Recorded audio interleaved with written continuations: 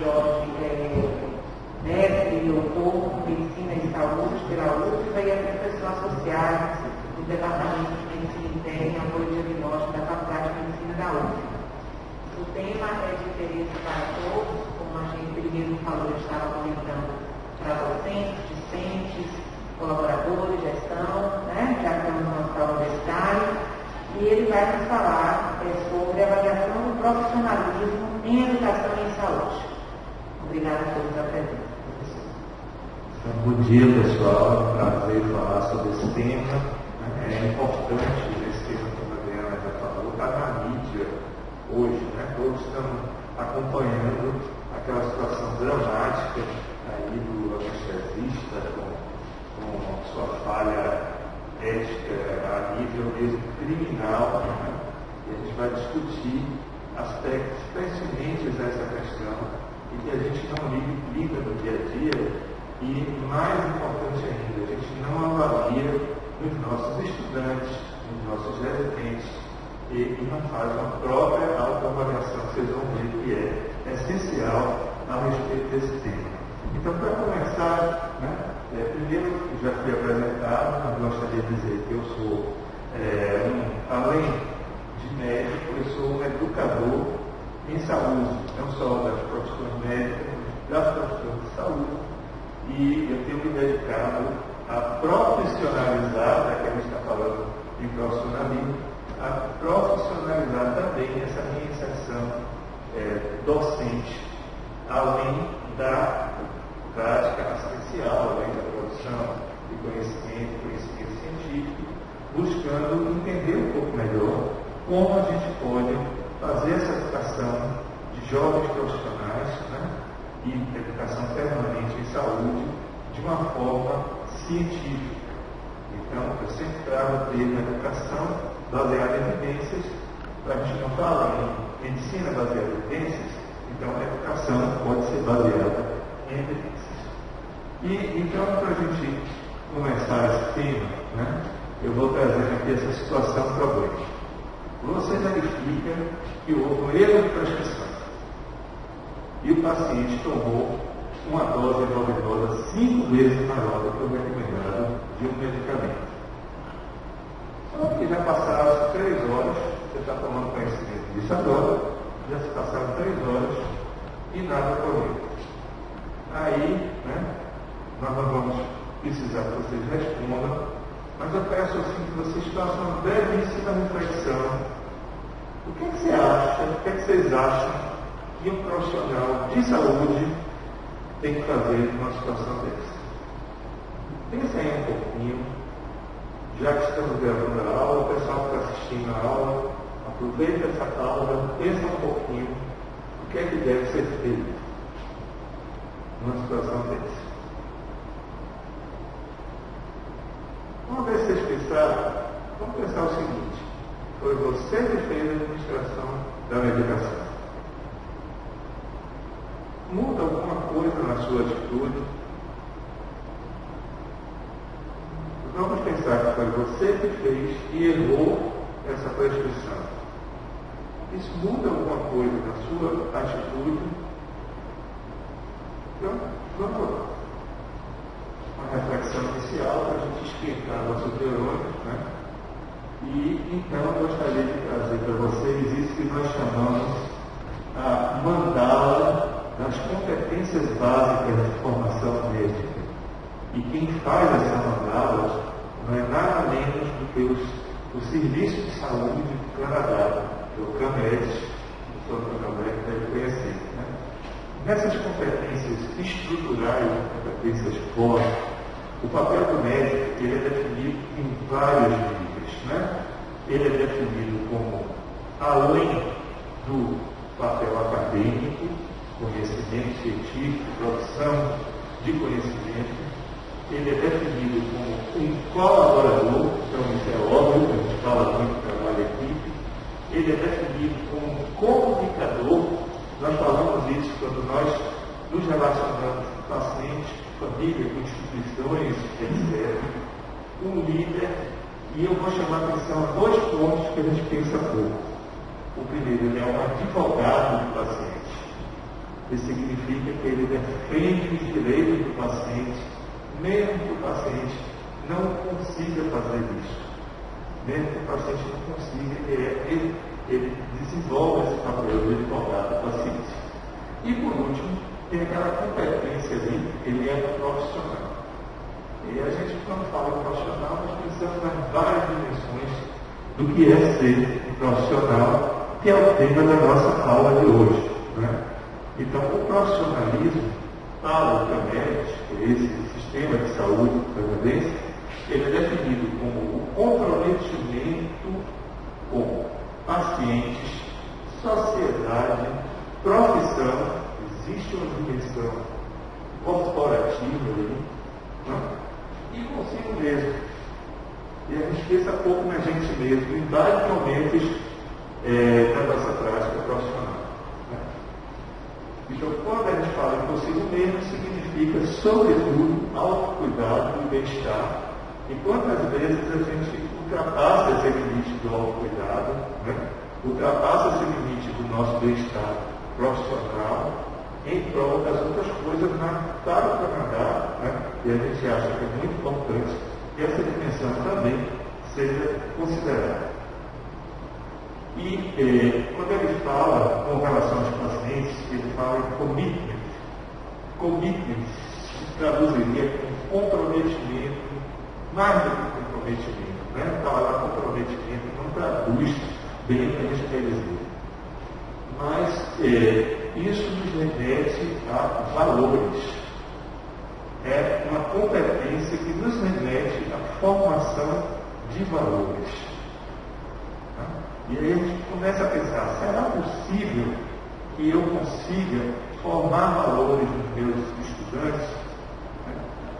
E esse commitment, ele é traduzido para quem está olhando, né, em demonstrar confidencialidade. Quer dizer, eu sei que eu posso contar com aquele profissional de saúde para guardar os meus dados, as minhas informações, os meus segredos, e que isso não vai sair por aí. Respeito e honestidade. Então vocês estão vendo que são valores subjetivos e a gente começa a se pensar, será possível aprender esses valores e será possível avaliar se eu aprendi ou não esses valores? Mas a gente já começa a tratar aqui como um aspecto bem objetivo, né, que é esse demonstrar. À medida que eu demonstro, eu posso até não internamente estar com esses valores incorporados à minha personalidade, mas eu tenho a obrigação de demonstrar que eu estou efetivamente fazendo isso aí. Esse autor, né, ele coloca o profissionalismo, a dimensão do profissionalismo, no que diz respeito à profissão médica, como pensar, sentir e atuar como médico. Mas em que ordem? Né? O que é que vem primeiro? Eu atuo como médico, depois eu me sinto médico, eu penso que sou médico e atuo como médico. Na verdade, essas funções superiores, elas são integradas na nossa prática profissional. E aí vem um conceito, né, que a gente utiliza muito na educação, que é o conceito chamado pirâmide de Miller, que nos dá as dimensões das competências que eu vou verificar quando eu faço o processo avaliativo. E as competências que eu quero atingir quando planejo um procedimento acadêmico, quando eu faço um processo acadêmico. Minha máscara está caindo, pessoal. Deixa eu botar direitinho aqui. Bom, então o primeiro nível, você sabe esse nível, né? É o nível do conhecimento. Então, o conhecimento não contextualizado é aquilo que a gente aprende e que a gente vai colocar, por exemplo, numa prova.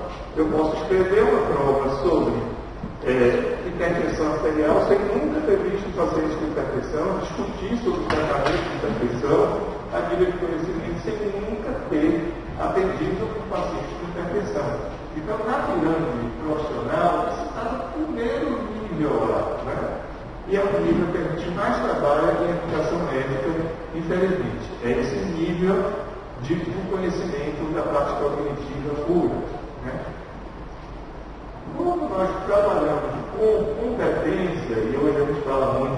baseado em competência, a gente trabalha sobretudo com saber como.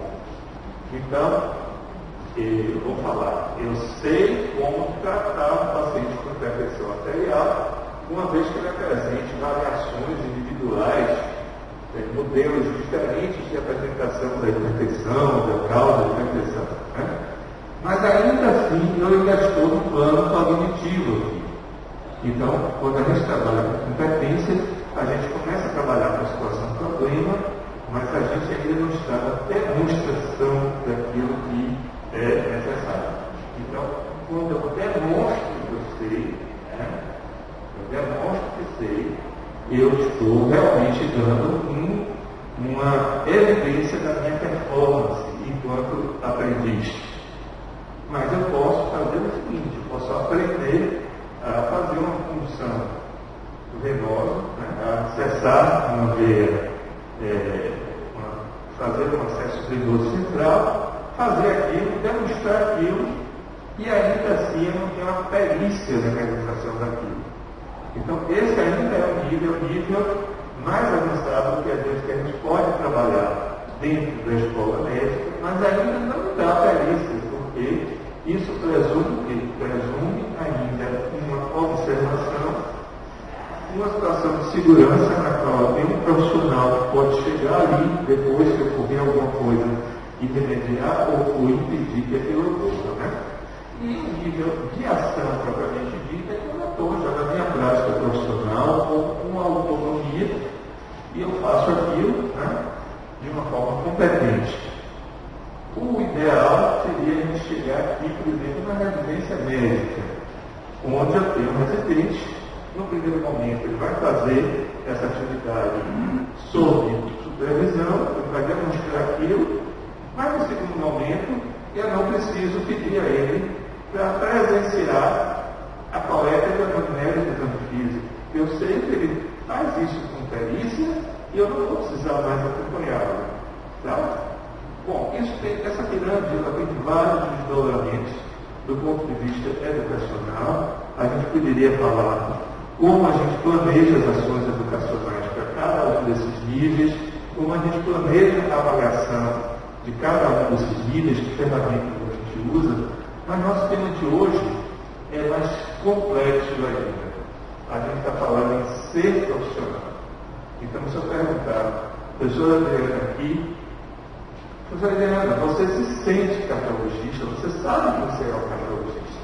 Você não vai precisar de nenhum parâmetro externo para lhe dizer que você é um cardiologista.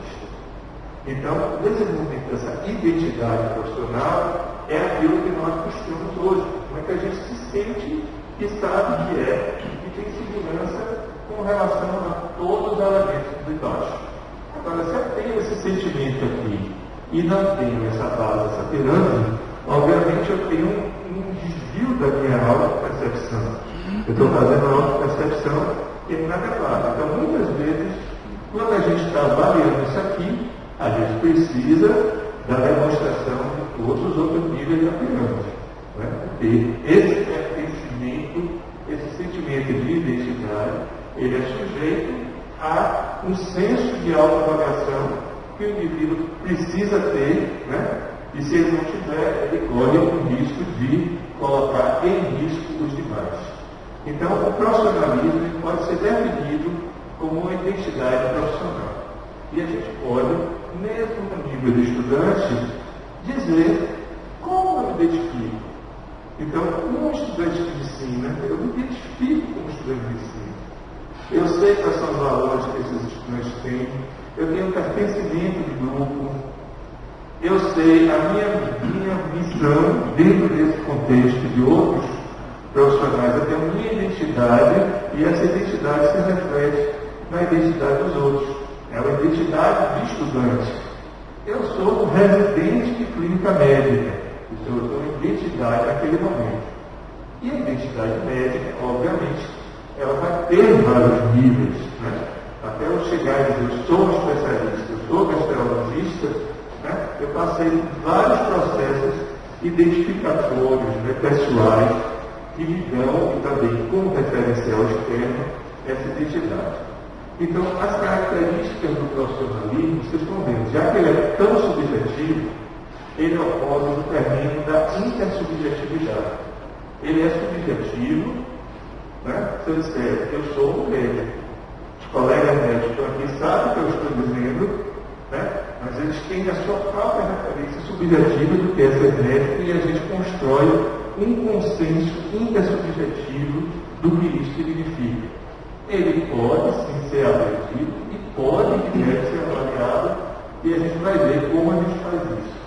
Mas observe que esse profissionalismo tem uma heterogeneidade de aspectos, né? E que ele exige toda aquela pirâmide completa para você estar no topo da pirâmide, mas numa situação absolutamente confortável, né? Vocês vejam o seguinte, é muito difícil fazer uma avaliação de uma coisa tão subjetiva com um único observador. Quando eu falo em intersubjetividade, a maneira que eu trabalho essa subjetividade para torná-la a mais clara possível, a mais objetiva possível, é se eu tenho uma pluralidade de observadores. Então, para eu dizer que um residente tem profissionalismo, eu não posso basear apenas no meu conceito.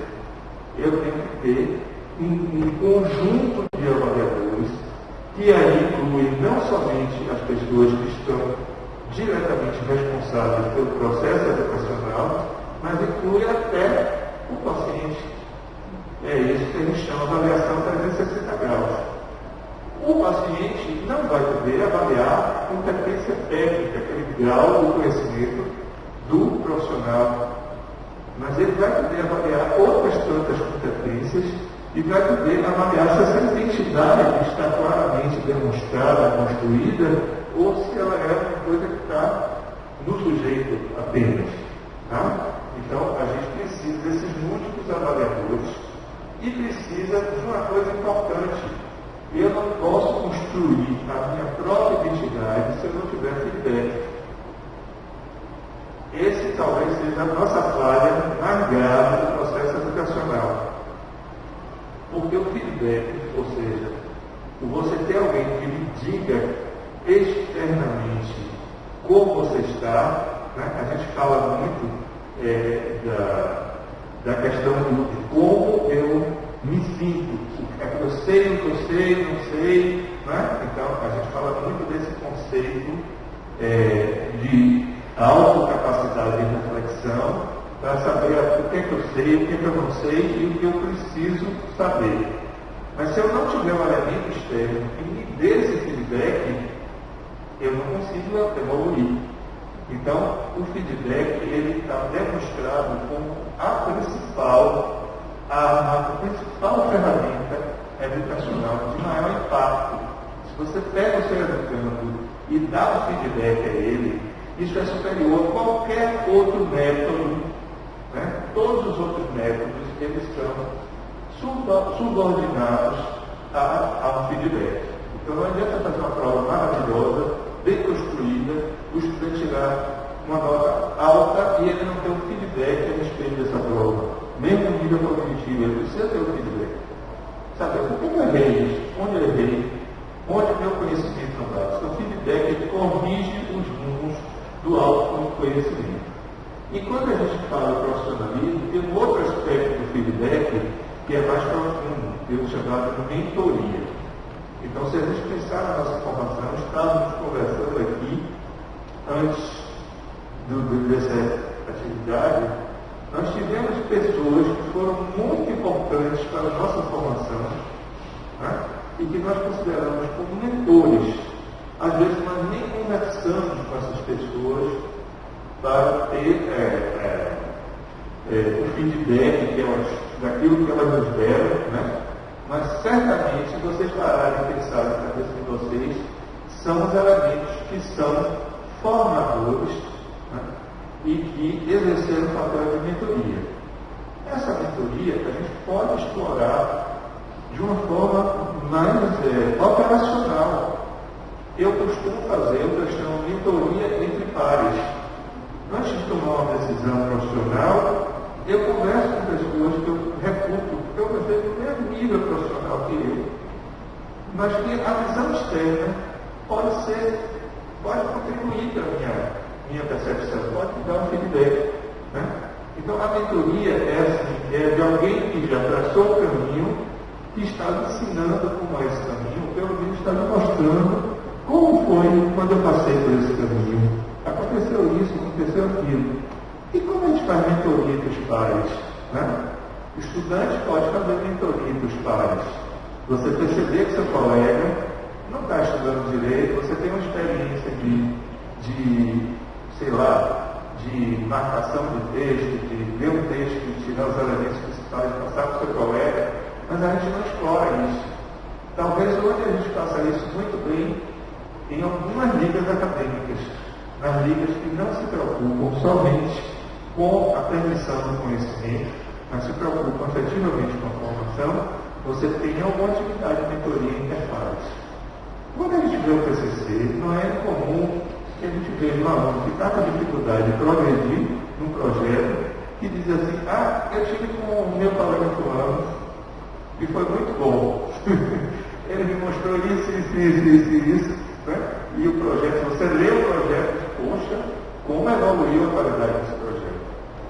Será que nós docentes, fazendo mentoria interpares, será que a gente busca isso? Ou a gente está no nosso quadradinho lá, né, tentando exercer nossas atividades? E por último, avaliação por critério. Eu não posso dizer que alguém é 50% profissional ou 20% profissional. Ou ele é profissional, ou ele não é. Né? É a mesma coisa que a história. Eu não posso dizer que alguém é um motorista 50%, porque ele sabe passar a marcha, sabe fazer embreagem, se ele não desempenha. Então, quando a gente fala em profissionalismo, isso é uma dimensão global. Ela não é uma dimensão que pode ser questionada e, portanto, ela não pode ser avaliada como nota. Eu não posso dar uma nota. Um indivíduo tem 40% de profissionalismo. Não existe. Não, profissionalismo vai ter 3. Isso não existe. Ou ele é ou não é. E a gente está falando aqui de identidade. Né? Então, identidade é uma propriedade do ser de tal modo que não existe intermediário. Curiosamente, a avaliação por critério é uma das coisas mais difíceis na faculdade de ensino. Ninguém admite, né, a avaliação por critério, que deveria ser a nossa forma de avaliação. E nosso objetivo educacional final é o profissionalismo. Eu quero ser o profissional médico. Você perguntar para qualquer pessoa para que serve a faculdade de ensino? Para formar profissionais médicos. Então, como é que a gente utiliza essa avaliação, né, que seria uma avaliação por critério, e a gente subdivide em vários critérios? Né? Então, não dá. Isso é complicado. Até o conhecimento, você pode fracionar o conhecimento, tem várias dimensões que você pode fracionar, mas aqui é um tudo ou nada. Tá? Bom, os domínios que estão no profissionalismo. É a aderência aos princípios éticos, mas não são aqueles princípios éticos hipotéticos. Não estou falando aqui de benevolência, maleficência, né? Não maleficência, autonomia, é como isso acontece no nosso dia a dia. Eu vou dar um outro exemplo para vocês. Eu tenho, uma pessoa em casa que precisa de um curativo. E eu estou na enfermaria do hospital. A enfermaria, eu abri o pacote de gás para o paciente, mas sobrou lá uma gás. A gente para e pensa assim: será que eu vou passar na farmácia daqui, vou comprar essa gás e tal? Aí pega a gás do hospital. Isso é um princípio ético de beabá, né?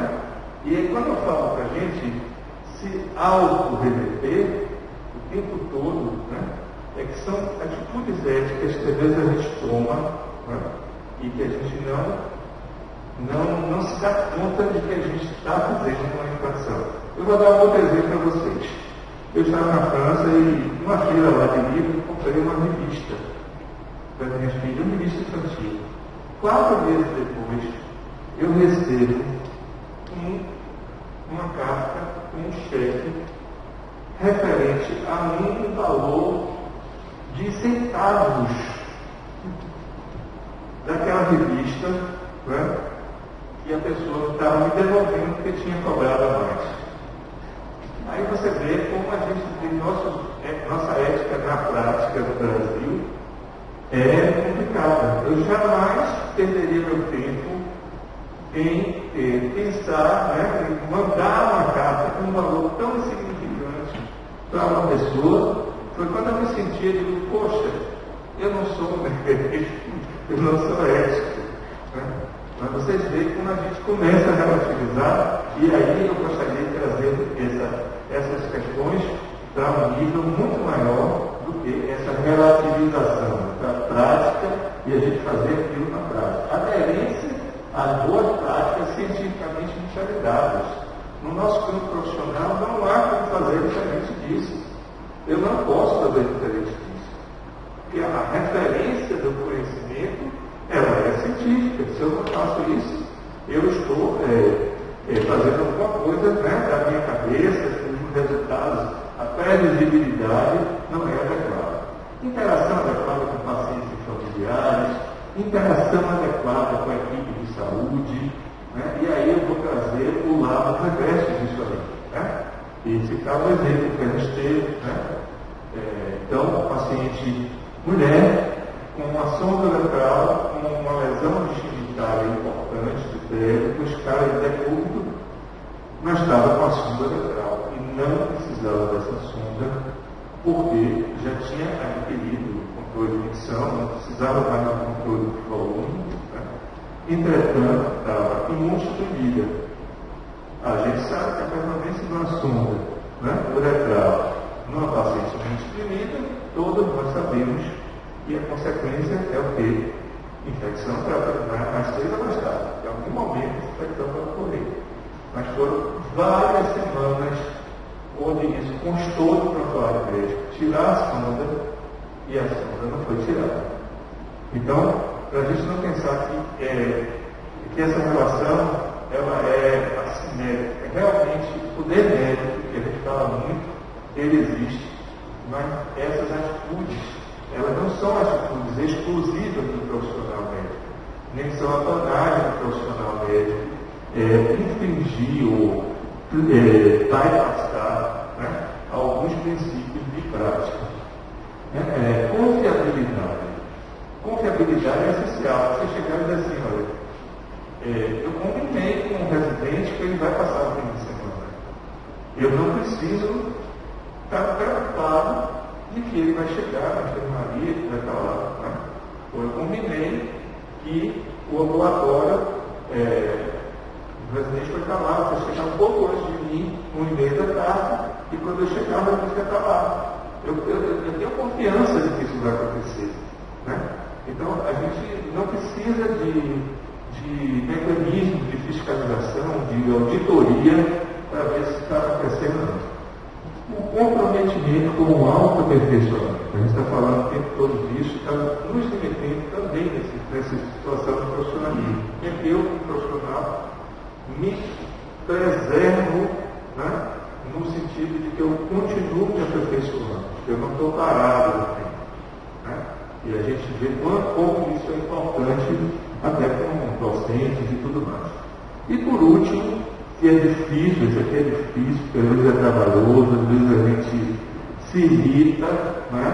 Isso é o comprometimento com os sistemas de aperfeiçoamento de serviço, com as rotinas de cuidado, com as práticas de gestão, essa adesão a essas práticas de gestão que às vezes são trabalhosas, implicam em relatórios, implicam em preenchimento de documentos que a gente não quer fazer, né?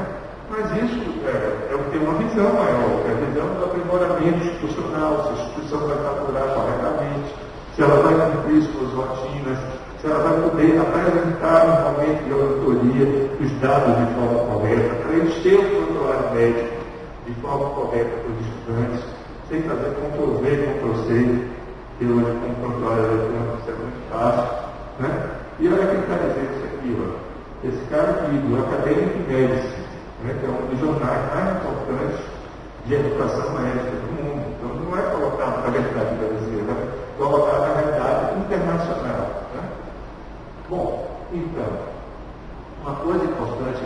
aprendizado do profissionalismo, ele se processa naquilo que nós chamamos de uma comunidade de práticas. Então, uma comunidade de práticas, ela tem, o que caracteriza uma comunidade de práticas é a adoção de processos de atuação com base científica, com compartilhamento de experiências e sem hierarquia rígida. Então, isso é o que a gente desejaria para todas as nossas instituições, né? Se nosso departamento se transformasse na comunidade de prática, no qual nós tivéssemos certeza de que todos estão agindo na melhor maneira possível, melhor forma possível, utilizando boas práticas educacionais e que nós estamos compartilhando o sucesso e estamos discutindo o insucesso. E isso é uma comunidade de práticas. Na ciência isso é possível, você tem uma comunidade de práticas científicas, aliás, o que se busca, como a gente trabalha, né, nos modelos de produção de conhecimento. Então, sem essa comunidade, a gente perde muito do aprendizado do profissionalismo. Né? E tem uma coisa importante, se nós estamos falando de identidade, em algum momento a gente tem que ter a autonomia. Né? Se a gente não consegue escrever ter uma autonomia, porque ele está continuamente com uma supervisão, que a gente chama o overwhelming, né? Aquele supervisor que está ali o tempo todo, o cara não consegue nem desenvolver a sua autonomia. Como é que a gente pode minimizar os riscos gerais da ação desse treinando de forma que ele tenha autonomia e eu não esteja presente? Então, a gente vai precisar minimizar o que nós chamamos dos pontos cegos de avaliação. E aí nós já falamos. A preceptoria interpares. Os estudantes estão no ambulatório, um está examinando, o outro está observando. Aí eles rapaz, olha, você não vai tirar desse paciente, vai chorar exatamente agora. Isso aí, preceptoria interpares. Né? Um estudante ensina o outro, e rapaz, olha, você deu ponto aí, mas você esqueceu que você apontou demais. Vai ali, fala um pouquinho. Entendeu? Então o preceptor não está ali, não está naquele ambiente, não precisa ter um supervisor. Né? A triangulação de observações, já falamos isso. Se eu tenho um único observador, eu tenho um olhar que pode ser enviesado. Mas se eu tenho 2, 3 observadores, eu consigo formar uma visão mais multidimensional daquele estudante, né? Ou daquele treinando. E essa triangulação pode ser assim. Eu chegar, professora Margarida, observe se ele está fazendo o exame físico correto. Adriana, por favor, anote o que você percebeu na comunicação. Porque muitas vezes a gente não vai conseguir olhar todos os aspectos. Então, se eu tenho 2, 3 pessoas olhando, é por isso que às vezes a supervisão é importante que ela seja, né, uma supervisão com mais de uma pessoa. Tá? A avaliação 360 graus, nós já falamos, inclui pacientes, inclui pessoal de enfermagem, inclui tudo isso. E o mais importante também, que a gente não desenvolve, o treinamento em autoavaliação. Então, se você chegar para o estudante e dizer assim, vem cá, qual a nota que você acha que você merece? É muito difícil, o estudante não consegue fazer uma autoavaliação. Ele não trabalha, nós não fomos educados para isso. Nós fomos educados para avaliações externas muito rígidas, às vezes, e nós não conseguimos fazer a nossa avaliação, a autoavaliação. Então, significa que muitas vezes a gente não consegue, que o estudante, ou ele se avalia de uma forma muito boa, e aí é mais raro, o mais comum, né, surpreendentemente, é que o estudante se subavalie. Aí você diz, pô, o cara foi tão bom, tão competente, conseguiu fazer tanta coisa, mas na hora da avaliação ele se perde. Por quê? Porque não tem feedback. Então, uma das formas de aprender a se autoavaliar é ter um feedback honesto. Porque também não adianta essas palavras de fim de aula que a gente faz, né? Apresentou uma coisa horrorosa, uma apresentação de slides tão ruim, ninguém lê, doutor Jorge fez uma aula sobre profissionalismo horrível, e todo mundo aplaude, não, foi muito bom, foi uma... Né? E as redes sociais hoje, essa tendência a fazer só avaliações apreciativas, exageradas demais, né? Aí bota lá um texto que foi produzido, um artigo, ninguém tem texto. Todo mundo sai aplaudindo, blá, blá, blá, blá. Então, que feedback a gente tem com isso? Como é que a gente consegue desenvolver uma autoavaliação com isso aí? É muito difícil. Então, o aprendizado do profissionalismo tem algumas outras características. Uma delas, Adriana, por favor, você me dê qual que aí que eu tiver. Viu? Uma delas é esse processo chamado currículo oculto.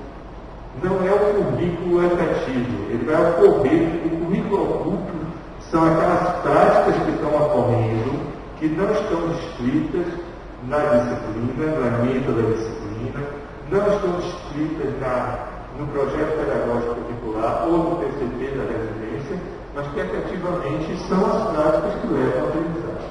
E aí, neste currículo oculto, existe um papel importantíssimo que são os modelos profissionais. Então, como é que eu posso ensinar profissionalismo? Vou até tirar do nosso exemplo clínico, né, já para o exemplo cirúrgico. Como é que eu posso ensinar um jovem cirurgião a ser profissional se o cara que está lá ensinando a ele, com ele ali, está xingando todo mundo, xingando a enfermagem, chutando no balde, jogando pinça para o lado. Estou citando aqui exemplos que vocês conhecem, de profissionais que são excelentes. Né? Mas nesse papel de modelo, como é que eles estão?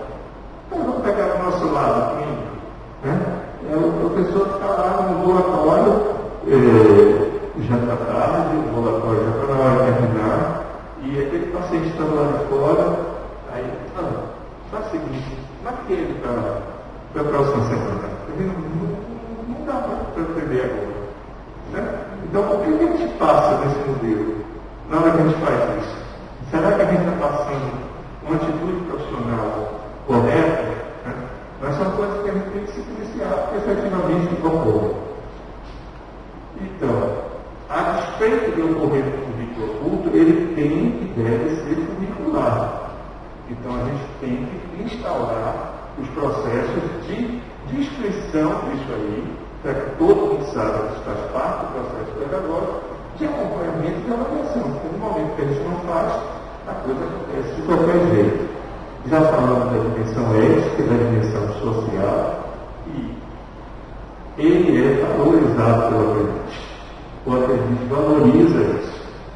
A gente pensa que não, mas nós somos esses modelos, e o estudante vai dizer, olha, eu estou falando, o cara é desgraça, você viu como é que ele é, como é que ele faz, como é que ele atua, e o outro diz assim, rapaz, fulano não dá uma boa aula, mas ele é aquele cara que eu queria ser, que eu quero ser. Eu vou dar um exemplo aqui, o professor de Humberto de Bolsa, que estamos no criado com o nome dele. Quem já assistiu a aula teórica do Dr. Rebouças, muito difícil se acompanhar, ele tinha uma fala intercortada, um sotaque americano que você aprendeu, né? Então, se você fosse olhar só essa dimensão dele, seria um desastre para um professor completamente diferente do Dr. Lira, com toda a sua postura, sua elegância, sua performance de apresentação, mas, entretanto, ele foi um modelo de todos nós. Ele sabia que a prática profissional dele, quando ele estava na visita de enfermaria, quando ele dava uma decisão com relação ao paciente, seja ética, seja do que for, era uma decisão correta, cientificamente correta, do ponto de vista ético. E a gente valorizou isso. E, por último, deve ser valorizado como uma avaliação. E aí, eu trago para vocês o seguinte: a literatura nos mostra uma imensidade de ferramentas de avaliação. Eu não vou nem entrar no método de escrevê-las todas, mas eu pergunto para vocês: nós estamos utilizando alguma dessas ferramentas nas nossas práticas educativas? Então, vocês estão vendo aqui, a que nós utilizamos é essa aqui, o Global Rating, que é aquela avaliação global que a gente faz. Se vocês quiserem, depois eu faço o artigo. O artigo, na verdade, é um levantamento de ferramentas, uma revisão de literatura, com o levantamento de ferramentas, a referência está aqui, que vale a pena ler, mas eu vou falar das coisas que nós usamos. Então, nós usamos o Global Rating, que pega essas competências, deveria pegar pelo menos as competências, conhecimentos, habilidades e atitudes, a experiência dessas atitudes. Na nossa folha, aquela ficha que a gente preenche, que a gente marca todo mundo, na última coluna à direita, né? Que é 10 para todo mundo, sem olhar nada disso aí, é o que a gente faz. E, infelizmente, a experiência mostra, quanto mais itens você coloca, pior é a avaliação, porque as pessoas passam direto ali, né? E saem marcando tudo, né? O Global Rating deveria pegar a integridade, né? Que é a fidedignidade, que a gente não avalia. Será que o que esse cara está dizendo é o que de fato ocorreu? Ou não é? Confiabilidade, que implica em consciência profissional e consistência. Eu não vou fazer o bem uma vez, eu vou fazer sempre aquele cara, se ele fizer autoescuta cardiológica, ele faz também, ele vai fazer todas as vezes bem, não apenas uma vez. A humildade, né? Quer dizer, ele procurou conhecer os seus limites, ele buscou ajuda. Então, nossa ficha de Global Rating para a residência, ela é incompleta bastante, ela não pega esses elementos. Olha aqui mais uma vez, né? Eu estou mostrando que existem referências para isso aí.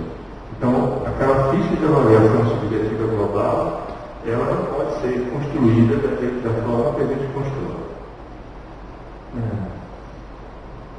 Possíveis vieses do Global Rating é o efeito que a gente chama de efeito.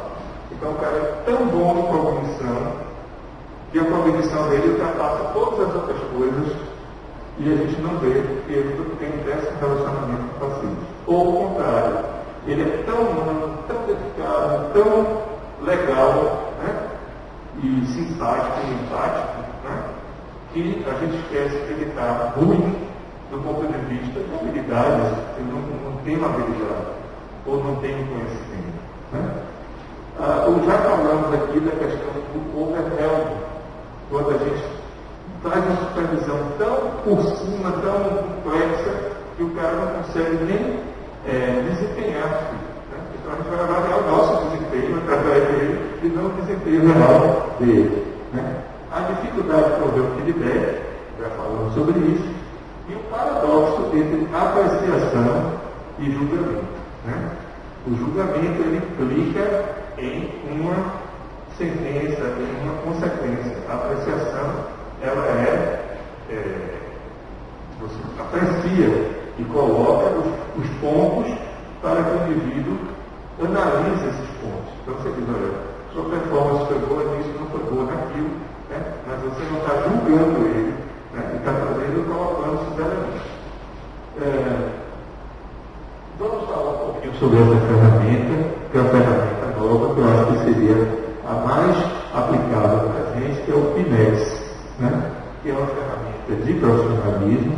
Na verdade, ela dimensiona algumas coisas, né? O relacionamento médico-paciente, a reflexão e a capacidade de autogerenciamento, gerenciamento do tempo, que é uma coisa difícil para todos nós, que tem que aprender, e o relacionamento interprofissional. Então, na verdade, é uma escala. Essa escala ela está traduzida para o português.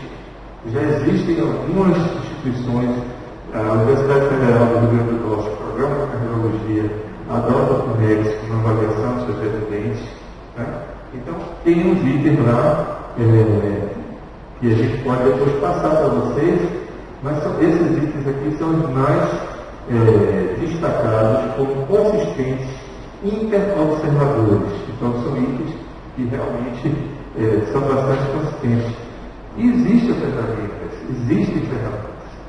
A gente que não quer ir atrás, não quer buscar, não quer aprender, não quer aplicar, dá trabalho e aplicar, dá trabalho quem vai selecionar. Né? Bom, e por último, existe um processo de avaliação chamado avaliação programática, que ela pega, é como se fosse um portfólio de avaliação do educando. Você pega ele em vários momentos, com vários observadores, cria uma base de dados, então tem sido utilizado muito método digital para isso. Então, fulano está no ambulatório hoje. Eu faço uma observação sobre a performance dele, positiva, apreciativa ou não, e aquilo eu jogo na base de dados. Né? E está lá. Então, na hora que a gente pega depois, no final do ano, que vai fazer a progressão, a avaliação somativa, a gente tem os vários elementos para julgar aquilo, né? E não deixar para o último momento, ninguém registrou nada, ninguém viu nada, e chega no último momento a gente vai fazer uma avaliação somativa. Pode ou não pode se formar, passar para o segundo ano de residência? Né? Aí você pergunta, poxa, e o que aconteceu nesse ínter? Então, basicamente, a avaliação programática é isso. Ela valoriza as várias avaliações formativas decorrentes do processo na decisão final. Mais uma vez, chama a atenção que é uma avaliação por critério, então é como se fosse uma variável descontínua e não uma variável contínua. Então, ou é profissional ou não é, não existe meio termo. Né? Ela visa o aprendizado, então, portanto, tem que ter o feedback, e ela exige a definição do que nós chamamos de desfechos e remediação. Então, chegou no final da residência, esse cara não consegue dar conta de um aspecto que é muito importante para a formação profissional dele. A gente vai aprová-lo, ele vai sair com essa deficiência, ele não desenvolver empatia, conseguir desenvolver. O que a gente vai fazer? Como é que a gente vai remediar isso? Então, é o papel do educador fazer essa remediação. E por último, eu queria trazer essa outra situação, as duas situações, já estamos finalizando. A primeira é essa aqui. Né? São 8h40 da manhã, você está atrasado para outra atividade, uma festa desgraçada, e o seu colega acaba de chegar. Só que ele está com olheiras e você percebe um hálito tímido. Isso é possível de acontecer? Como é que a gente lida com isso? Algum de nós já refletiu internamente como é que a gente lida com isso? O que é que a gente deve fazer numa situação dessa? A gente simplesmente sai do plantão, delega o plantão ao colega, esquece o que aconteceu, né? E aí vem um conceito muito importante, que é o conceito de incidente crítico. Isso a gente não pode deixar passar, e a gente está deixando toda hora. Né? O que é um incidente crítico? É uma atitude inesperada. Muitas vezes essa atitude não é a atitude da pessoa, é aquela pessoa que tem um comportamento bonitinho, está tudo bem com ela, e de repente ela xinga o profissional de enfermagem, tem um atrito, faz um conflito, e a gente não sabe por quê, tem uma confusão. Né? Ela não tem conformidade com padrões institucionais e pessoais, de valores até daquela pessoa, né? E coloca em risco o paciente, a instituição ou a si mesmo. O que é que a gente faz diante de um incidente crítico? Você se lembra de algum incidente crítico com as pessoas que vocês estão sendo professores, estão sendo preceptores, tutores? Lembrem, não precisa colocar aqui não. Peço apenas que vocês se lembrem de incidentes críticos que aconteceram com vocês. Vocês valorizaram esse incidente crítico na avaliação da pessoa? Houve uma consequência dessa percepção que vocês tiveram, ou a gente deixou correr? Né? Então, o incidente crítico, ele não pode passar em branco. Ele não pode passar em branco. O mínimo que o incidente crítico exige é um feedback imediato. Ele não pode ser nem para amanhã, ele tem que ser na hora que foi percebido, ele exige feedback. Né? Necessita não apenas punição, mas explicitação. Explicitar para o indivíduo o que aconteceu, por que é crítico, por que é errado, entender por que ele errou, e aí entra a contextualização. Né? Aconteceu no contexto que ele já estava sobrecarregado de tarefas, não sei o que e tal. Ele não pode tirar esse contexto, mas não pode negligenciar o incidente crítico. E quando a gente está numa instituição deficitária, muitas vezes a gente tende a negligenciar porque a gente atribui tudo à instituição. Não, mas ele já estava cansado, já estava estressado, já não tinha o exame que precisava do paciente. Né? Esse incidente crítico tem que entrar naquela avaliação sistemática e no portfólio de avaliação. E aí eu trago está aqui nessa aula antes dessa história do anestesista. Mas é bem real. No centro cirúrgico, após a sedação dos pacientes, os médicos, tirando a pressão do procedimento, estão contando piada de cena lá e rindo bastante. Você olha para a cara dos auxiliares de enfermagem, se for mulher, os auxiliares de enfermagem estão constrangidas. Né? E aí? A gente faz o que numa situação dessa? Isso é normal? Isso é aceitável? Né? E aí eu faço uma provocação para vocês. Pensem neste evento que nós tivemos do profissional de anestesia. Esse que está na mídia, que assediou a paciente, teve um ato de estupro, né? Considerado um estupro da paciente anestesiada. Faça um esforço bem rápido de ver que características institucionais permitiram que aquele ato acontecesse. Todos nós sabemos que aquilo é uma aberrância, é um crime, é uma atitude individual, mas será que ela não teve facilitações institucionais? Vou citar somente uma da nossa reflexão. A equipe que percebeu que aquele cara era um assediador, né, montou um esquema para flagrar o assédio que permitiu que a paciente fosse assediada. Alguém parou para pensar nisso?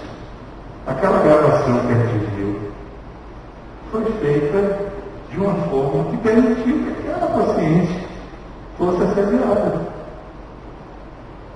Eu não tinha tido essa dimensão. Até que alguém me colocou isso. Olha, a equipe permitiu que aquela paciente, para flagrar, seria a mesma coisa. Não pensaram, vamos tirar o ato sexual e vamos colocar para injetar a potássio na veia do paciente crítico. Coleira de potássio. Aí a gente monta uma comida lá e ele injetou uma cor com o paciente. Aí a gente prova, né? E nos Estados Unidos isso se chama o fruto podre da árvore, né? Do galho podre da árvore. Porque essa prova não serve para nada. Porque a maneira que ela foi vestida está errada. Mas a instituição não empoderou suficientemente a equipe que trabalhava com o cara para poder fazer essa denúncia sem precisar mostrar e precisar criar um flagrante e precisar ter uma mulher assediada. Né? Então, por que esse poder médico na instituição representa que o anestesista faça essa atitude e ninguém tenha feito um caminho inverso do padre e tenha sido valorizado nas suas do seu depoimento institucional? E teríamos N características institucionais, machismo institucional, poder médico dentro da instituição, enfim, várias coisas que poderíamos discutir aqui que facilitaram com que aquele evento acontecesse. Mas eu queria dizer que o profissionalismo tem uma dimensão institucional. Esse é o último slide, né? Então, quando a gente fala em profissionalismo, a gente tem uma cultura institucional. Essa cultura ela é traduzida em muitos lugares como compliance. Você tem regras de compliance escritas que diz como os servidores, as pessoas que frequentam, etc., essa instituição tem que se comportar. Esse profissionalismo é traduzido em todos os processos institucionais. Todos os processos econômicos, os processos de captação de recursos, ele não está só na dimensão da atenção. Né? Ele envolve o treinamento de novos funcionários. Que quando a gente coloca um funcionário aqui, faz um concurso público, o funcionário é admitido, e nós não passamos os valores institucionais para ele, né? Quer dizer, o que nós estamos fazendo? Né? Ou fazendo um treinamento técnico, vai treinar sobre controle de infecção hospitalar. Treinou sobre controle de infecção hospitalar. Não treina os novos profissionais, os nossos residentes, os nossos novos funcionários. Nós não pensamos em como fazer esse treinamento e sequer, né, se nós não treinarmos os novos, que dirá os que já estão. Né? Os que já estão permanecem e a gente não retorna. Né? Temos que pensar, né, em consequências para os vírus. E consequências não significa punição. E aí eu vejo como a ouvidoria, ela ao mesmo tempo ela é importante, mas ela pode ser completamente desviante. Né? Eu chego dizendo, faz uma queixa na ouvidoria. A queixa na ouvidoria vai implicar em revisão de processos, vai implicar em análise contextual para que não pode acontecer, vai sair um procedimento operacional padrão com relação àquilo ali, ou vai se tratar com a dimensão interpessoal e punir um funcionário, e punir um residente, e punir sei lá quem, e não tem consequência nenhuma. Né? Então, isso não é uma coisa judicial, é uma coisa processual que precisa ser avaliada como tal. Esse conjunto de profissionalismo é o que dá a identidade institucional. Né? A gente quer ir para aquela instituição, nossos clientes, nossos fornecedores, nossos alunos, reputam aquela instituição como uma instituição de qualidade, com valores éticos, com valores profissionais maiores. Né? E a gente tem que buscar isso não só na dimensão dos nossos treinantes, mas também na dimensão institucional. Então, esse seria a nossa apresentação. Né? Nós temos um público muito pequeno aqui, estamos gravando. Então, para a gravação, se alguém quiser depois mandar perguntas, a gente pode enviar o e-mail para perguntar e trocar dúvida. E eu queria que os nossos queridos presentes aqui, se quiserem também fazer alguma consideração, alguma pergunta, que se sintam à vontade. Obrigado. Né?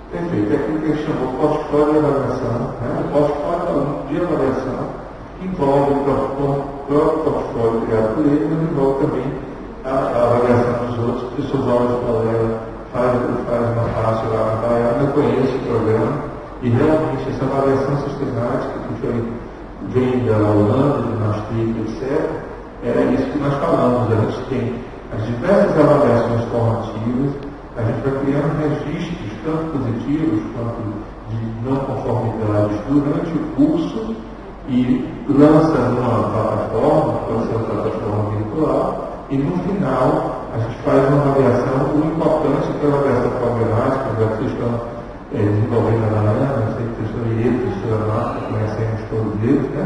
É fazer o seguinte, lembrar que o processo final decisório, primeiro, ele não pode ser por nota, tem que ser um processo por critério. Porque senão a gente termina no final dando uma nota, aí bota 7 passa. Aí o cara tem um incidente crítico, mas 7 passa, aí ele passou. Né? E segundo, que ele tem que ter estratégias de remediação. Não adianta a gente ter avaliação problemática, na Bahia sabe disso, né, que nós tivemos problemas com a residência, a gente tem que ter isso aqui, você vai ter que ter uma remediação. O feedback tem que ser imediato, algumas vezes pode não ser imediato, mas o feedback tem também que ser sistemático. Lembrando que feedback é também avaliação. A Baiana está de parabéns, eu conheço o processo, conheço os profissionais que estão ajudando como consultores lá, né? E eu acho que a gente pode evoluir para isso na instituição.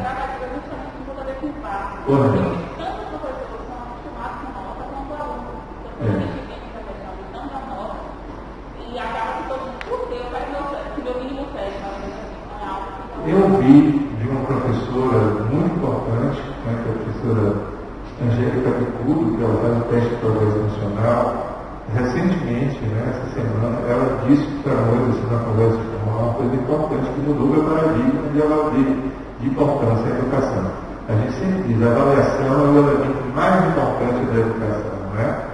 Nós temos um elemento que ela antepõe a avaliação, que é a formação docente. Porque se você não tem uma formação docente, não adianta. Você pode pegar a melhor ferramenta de avaliação, o docente não vai fazer da forma correta. Então, a qualificação docente, ela antecede os processos de melhoria da avaliação. E a Baiana faz isso muito bem, faz com muita competência, tem um programa de capacitação docente permanente, treina novos professores que entram, né? Enfim, vocês estão de parabéns nesses aspectos e a gente reputa como muito importante. Se a Roberta queria fazer alguma consideração? Muito boa a sua apresentação, Jorge. Alguns pontos. Primeiro, a avaliação nossa de estudantes, residentes e indivíduos já em atividades profissionais. Né? Então, você colocou uma coisa importante ali, né, para a criança, você colocava a questão da identidade, então você referiu como é que ele se queria, por exemplo, estudar em medicina. Né? Então, eu fico pensando o seguinte, se eu estudar em medicina, ele precisa se entender, estudar em medicina, ele precisa ser ético também. Já desde aquele ponto que como estudante de medicina, se ele se identifica como estudante de medicina, ele tem que se identificar com o indivíduo ético também. Quer dizer, não só dentro do aspecto de conhecimento, de competência, né? Então eu acho que tem que se trazer isso até para a conversa com o estudante, como é que se identifica, se ele se autoavalia, ele tem que ser ético. E ele tem que ser ético como pessoa. Ele não é uma ética demonstrada dentro da medicina, né? Como ele está se comportando com o doente, como ele vai avaliar. Ele vai ter que ser um cidadão ético. Né? Porque esse é um ponto que eu acho realmente assim, que a gente realmente tem que ter dentro do processo de avaliação a questão de realmente identidade. Como é que você se sente? Você é ético? Porque se você não é ético, você não pode ser ético. Você já começa podendo ser estudante de medicina. Acho que esse é um ponto que a gente tem que trazer. Dentro do grande público, você coloca muito isso, a questão realmente assim, se você vê um ambiente que não é ético, né, como é que os professores se comportam, ser seguros do corpo, o estudante tem que incorporar isso aqui. Né? Então nós temos uma responsabilidade muito grande de sermos muito éticos para realmente a gente, estudante, realmente incorporar, que faz parte da identidade dele, como estudante, depois como médico também. Você colocou uma coisa importante ali, quer dizer, você seguir o que é cientificamente aceito, por exemplo, né? E você caminha nessa questão, por exemplo, da medicina, que o indivíduo, uma vez formado como médico, ele se sente à vontade para realmente fazer, vamos dizer assim, o que ele quer, né? Condutas que realmente são extremamente inadequadas, né? E não existe uma avaliação posterior, né, para esse indivíduo. Né? Eu acho que é uma coisa realmente muito grave. Quer dizer, a gente se preocupa com a avaliação enquanto o indivíduo é estudante, enquanto é residente, mas você não tem a avaliação do indivíduo que faz o que permite, vamos dizer assim, o fato de ser médico em si. Né? Então, adota condutas de tratamento, diagnósticas, né? como ele acha que é a profissão dele, como o fato dele ser médico. Outra coisa é o indivíduo se acomodar. Eu estava pensando o seguinte, porque como é que se avalia essa questão? Se você olha, por exemplo, a gente entra em medicina por várias razões. A gente trabalha com estudante com aspecto de erros cognitivos, por exemplo. Erros cognitivos do processo de diagnóstico e tal. Mas você tem muitos erros do sistema. Os erros que estão dados porque a demora de chegar aos exames, quando os exames chegam, você já deixou de tratar o doente porque devia ser tratado o paciente. Né? Por outro lado, o médico é ruim, então é mal informado. Se você não tem boa informação, você erra. E a gente aceita essas coisas. Eu estou dizendo assim, aceita não significa que você aceita, que eu aceito, etc. Mas existe uma ideia que eu aceito. Alguns aceitam as coisas e ao longo da vida do médico. Mas sentando aqui, as coisas são dessa forma mesmo, e deixa pra lá, etc. Aqui é isso, a gente não pode fazer isso porque demora de chegar, porque coisa desse tipo. Como é que a gente avalia isso? Não é? Como é que esse indivíduo é realmente avaliado? A gente, no sentido de ser aquele indivíduo realmente que vai, não pode ser, não pode continuar dessa forma, mas ele se adapta aos erros do sistema. Não é? E tem essa simbiose que o sistema não melhora porque você se acomoda e você se acomoda porque você não pode fazer as coisas.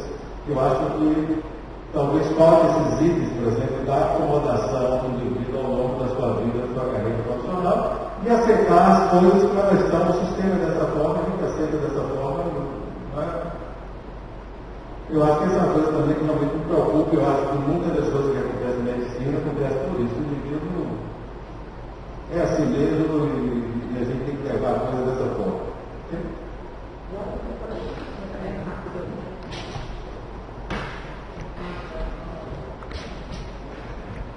Primeira coisa que a gente teve 2 concursos agora no Departamento de Nossa Medicina e entravam vários professores novos, alunos que não tinham por experiência nem com formação de residência,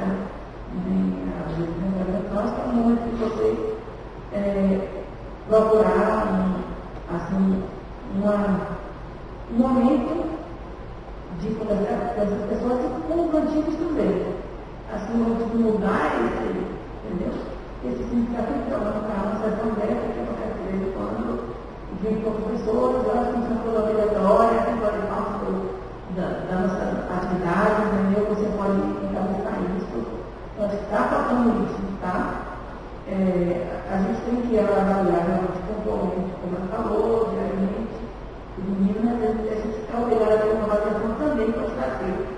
Eu acho que também está faltando na nossa residência, não só a qualitativa, mas também quantitativa. Eu acho que faz parte, é uma maneira assim de obrigar a tudo mais qualidade. E a gente ao final também complementar. É claro que eu não vou estar fazendo direitinho na prova final, tirou uma nota máxima, mas ele nunca tinha 2 anos em que ele não se comportou do ponto de vista máximo que ele dizia para o julgamento, quando eu vou nunca achar que esse cara é melhor do que quem no dia a dia mostrou ser diferente, tá? Então, a coisa da memória que eu acho que é perfeita, agora a gente estava com a referência, discutir os casos que estavam no treinamento, então daí, ó. A conclusão é que os casos voltam para a discussão sobre uma coisa do volume. Dentro de uma discussão de condutas com a direito na televisão. A era da minha posição, eu acho que tem que voltar a discutir com os outros residentes e com o colégio na segunda-feira. Então, a minha opinião é a única da lei de jeito nenhum. E a outra coisa que eu ia comentar era falar.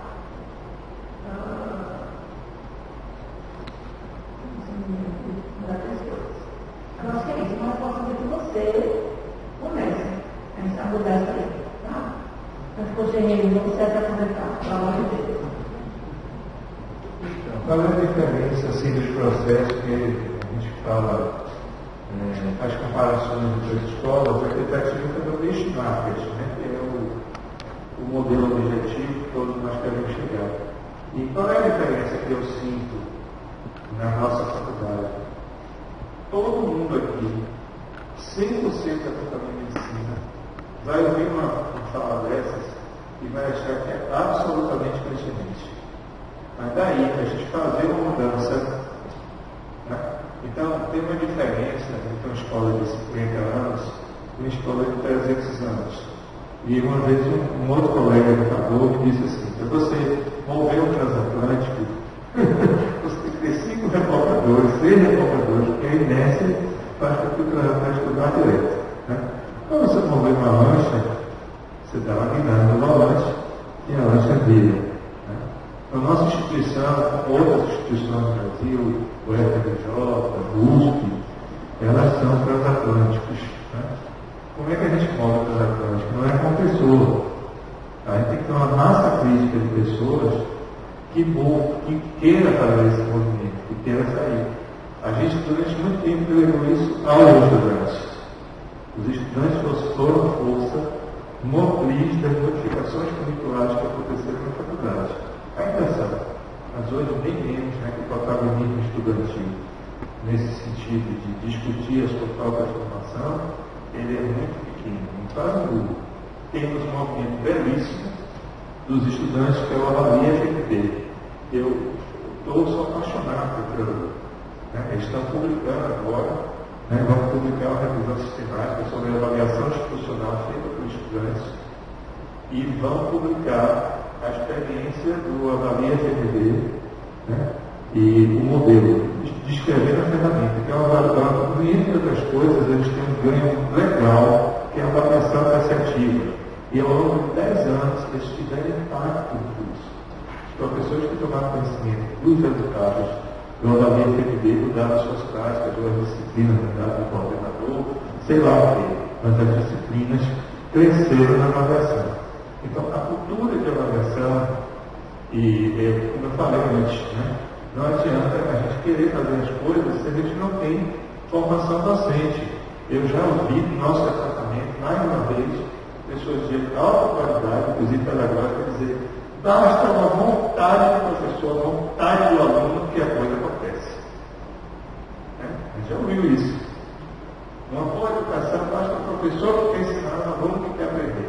Será que isso basta mesmo? Será que a gente não pode ter uma fácil educação? Não pode tornar isso mais tranquilo, menos problemático? E aí eu pergunto, essa apresentação, ela deveria estar aqui ou ela deveria estar resumida num plenário do departamento?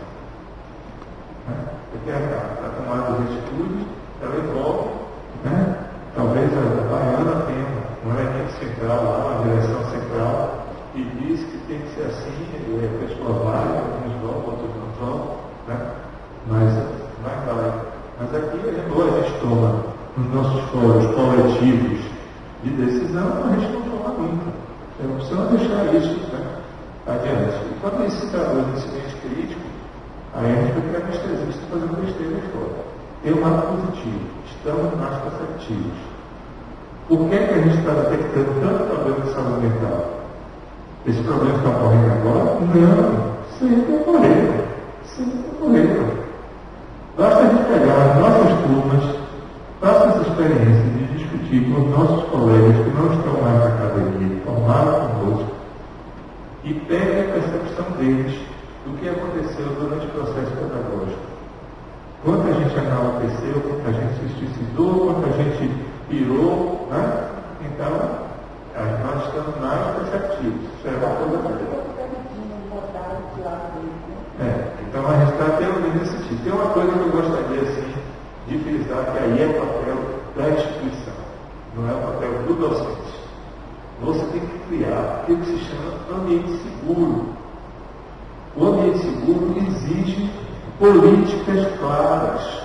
Então, eu vou dar um exemplo. Num desses congressos brasileiros de medicina, botaram um painel enorme, uma coisa assim. Coloque aqui a sua experiência de assédio durante o curso de medicina, para as mulheres colocarem. Gente, eu fiquei triste. Vocês que são mulheres aqui, durante o curso de formação profissional de vocês, façam uma reflexão daquelas situações de altíssimo constrangimento que vocês tiveram, perdendo no limite tolerável, mas que não chegou a ser intolerável. Essas coisas coisas, elas acontecem. Eu tenho um flagra como isso na entrevista, a coisa é terrível. Mas os pequenos assédios que acontecem nas instituições, os colegas que pegam, por exemplo, estudantes LGBT, a gente tende hoje a dizer, mas é mimimi, isso não tem importância, isso é mimimi. Né? Mas você vê cada vez mais as instituições de porte internacionais, elas estabelecem um código de conduta. E esse código de conduta, ele é uma política institucional, você não pode infringir, você não dá margem, porque senão a gente deixa no subjetivo, no currículo oculto, no subliminar, as coisas acontecem. Mas a instituição diz, olha, nós vamos ter uma política de respeito ao LGBT+. Essa política é exigida no Brasil, no mundo, e quando se trata de saúde, né, isso é um segmento importante de pessoas vulneráveis do ponto de vista de saúde. Né? Mas quantas vezes a gente ouve a piadinha na sala de aula, o estudante sai e fala, não estou falando aqui do nível desses coletivos, essa coisa toda, estou falando do nível institucional. Ou a instituição baixa a compliance interna, o hospital tem um sistema de compliance claramente explicitado de conduta, não pode fotografar paciente sem consentimento, não pode fotografar paciente e expor em rede social. A gente coloca isso, entendeu? Está lá. Mas quantas vezes a gente está olhando, está lá a foto do paciente conversando. Então são coisas que ou a gente toma isso para a gente, todos nós, e em termos de desenvolvimento docente, existe uma coisa chamada massa crítica. Vocês estarem aqui hoje, dão força a isso. Vocês ouvirem isso, e dão força. Na próxima vez que a gente tiver um plenário de departamento, a gente poder dizer, olha, a avaliação profissional é importante. Não vamos ficar na avaliação abstrata, vamos trabalhar nisso. Passando da hora, né? Mas eu acho que valeu a pena.